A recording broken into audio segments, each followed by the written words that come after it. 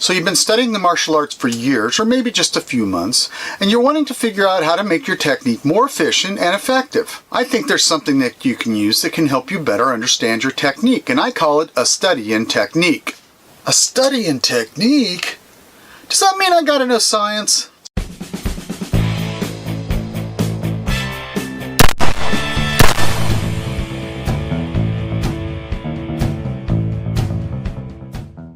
Welcome to Shihan's Dojo. I'm Shihan Marty Husband, and I'm here today to help you build your martial arts knowledge and skills, or if you're wanting to learn the martial arts, tell you a little more about it. So if you're here for the first time and want to build your knowledge and skills, jab that subscribe button and punch the bell so we can notify you when we get a new video. The question for the day: what are the operations you use to study your own technique? Let us know in the comments so we can have a discussion about it and maybe learn something from it. There are many ways for a person to start studying their martial arts techniques, and sometimes it's good to have a knowledge of several different scientific principles. These sciences deal mostly with physics and understanding physiology. First, one of the best things I think any person can try to read up on or understand is kinesiology. One of the best books I ever read was written by a man named Lester Engber. He was really a good kinesiologist. He even was able to compare it with ballet and tennis for the martial arts when he was doing his karate studies for kinesiology. It's a hard to find book, but I would highly recommend it for anyone who wants an understanding of how to go about studying your techniques and using kinesiology to do the studies. Next would be the applied motion in physics. It's very important for a person to understand the applied motion and the actions that can be used from physics in the martial arts. Our bodies are made to do many different types of things, but they always have physical limitations and only certain types of parameters they can use. Things like studying body actions to reactions is very important. You need to know the difference between push, pull, lever action, fulcrum action,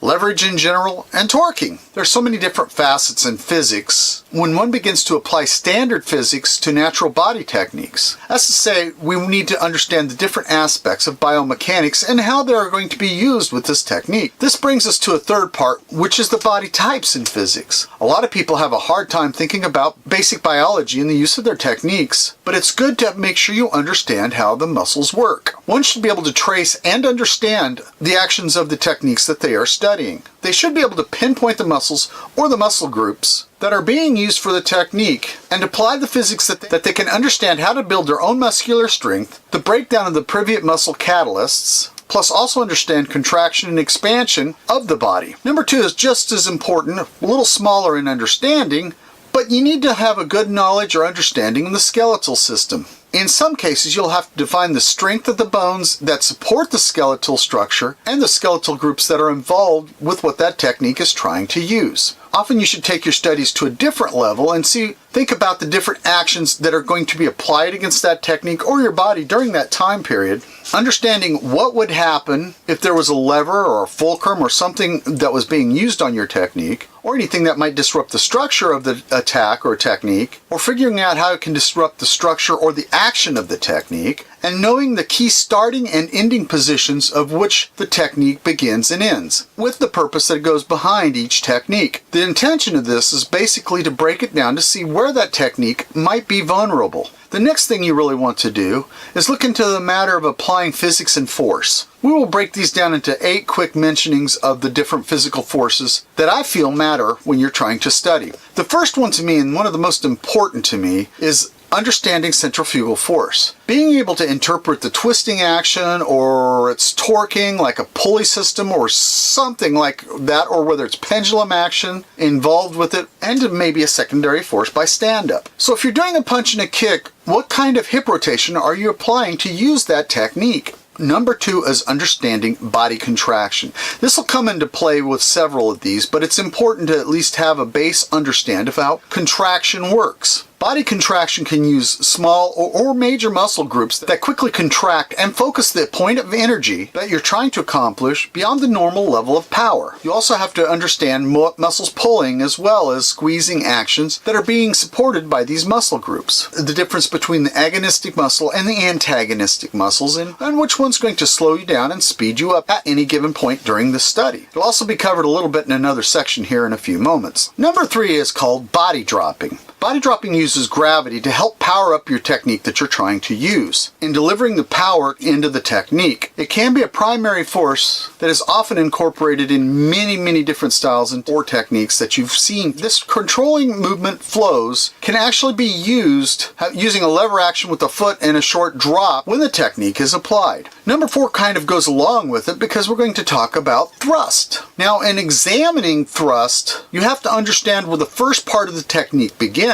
and where it ends. So if you're starting at the beginning, where does your technique begin? If you're like punching, does it start with the heel and travel up, which is a secondary lever and possibly another foot or arm locking the mass to the ground since the ground is immovable? Now, understanding immovability factors, it can be used in other ways too, depending on what you're trying to do. But you could not apply this factor, say, to a jumping technique unless you're going to count the action of gravity, which would go back to number 3. Number 5, of course, is speed. Now, with speed, we have to understand the nature of the force that is being used to gain the speed. This will involve understanding the mass of the object or leg or hand that's being used and understanding possible combinations that are being driven to get to that type of high-speed situation. This also allows you to understand the limitations of your techniques and helps you to design a pattern to alleviate some of its weaknesses by understanding a little better agonistic and antagonistic muscles and how they will slow you down too. Now, number 6 is relaxation. Sometimes I don't think people really understand what relaxation is. However, we have to know how much a muscle can bear and what muscles are being used for the agonistic and antagonistic muscles. If you don't study relaxation properly, you'll lose some of your other things such as speed or power or different items throughout that, because one thing, people don't understand contrition. And I'm not talking about the religious contrition, but the active grinding and friction and in rubbing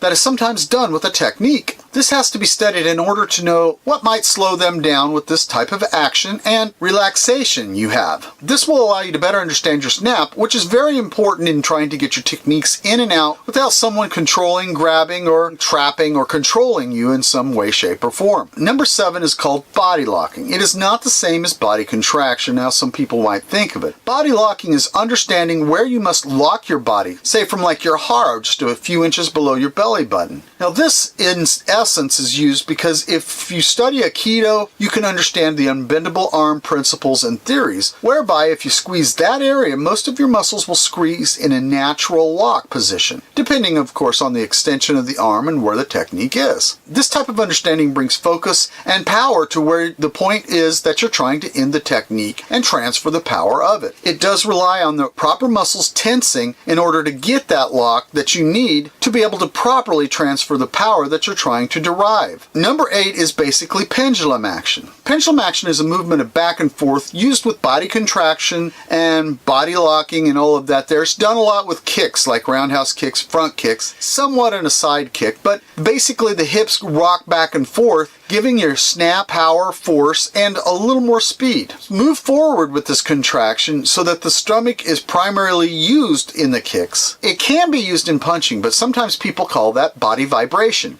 Pendulum action always moves forward and backward. The last thing we're going to talk about in this group of studies that you're going is breaking down the technique. You have to understand the action sets towards all techniques that might be encountered, and you need to understand the proper way to facilitate your technique. What I mean by this is you have to know the angles of attack, and in order to get around anything coming in, say from the angles of someone trying to block you, variations against that technique that you're using, proper snapping when it comes in contact with the object that you're trying to use it against, and finally understanding the opposing actions. Now, I know this has seemed like a lot of mumbo jumbo to some of you out there. This is just a brief summary of what it takes to actually break down a technique study. Most people at first do not realize that they start doing this at a beginner level, but they tend to forget about it once they think they've learned the technique correctly. I have found over the years that many times when I think my technique is just good enough, that there's always something in it that I need to make it better. I'll be covering some different techniques with shorter summaries over the next year probably with different ideas that I want to share with you. And on these varying techniques, we'll use them through karate, jiu-jitsu, and other various martial arts I have worked with. These are always made to be improved upon because every year I find I change my notes even more from the previous year before. Now, like I said, this is just an intro to understand how to be able to do a study of techniques. I also use it in conjunction with my TAP system. You can find it right here on this link to bring it into play when I'm trying to work on self-defense or whether the technique is really effective. It's one of my first videos, so it